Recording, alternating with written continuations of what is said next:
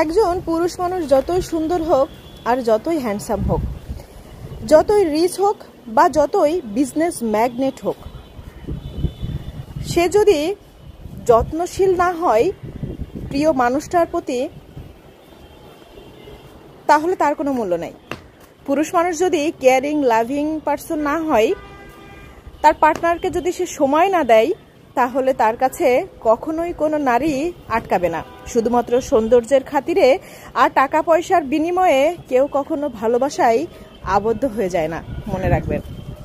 বেশিরভাগ মেয়েরাই জাহান্নামে যাবে। কারণ কি জানেন?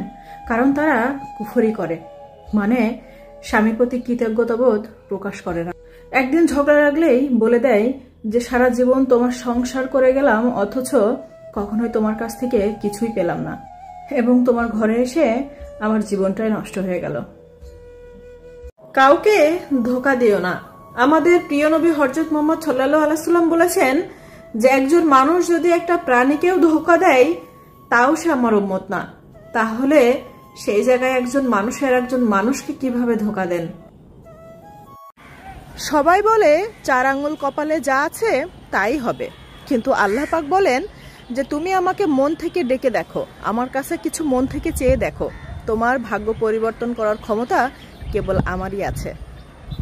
একজন বুদ্ধিমান এবং ধৈর্যশীল নারী কখনোই স্বামীকে সবার সামনে ছোট করে অপমান করে কথা বলে না, কারণ সেই স্ত্রী জানে তার স্বামী তার কাছে কতটা মূল্যবান।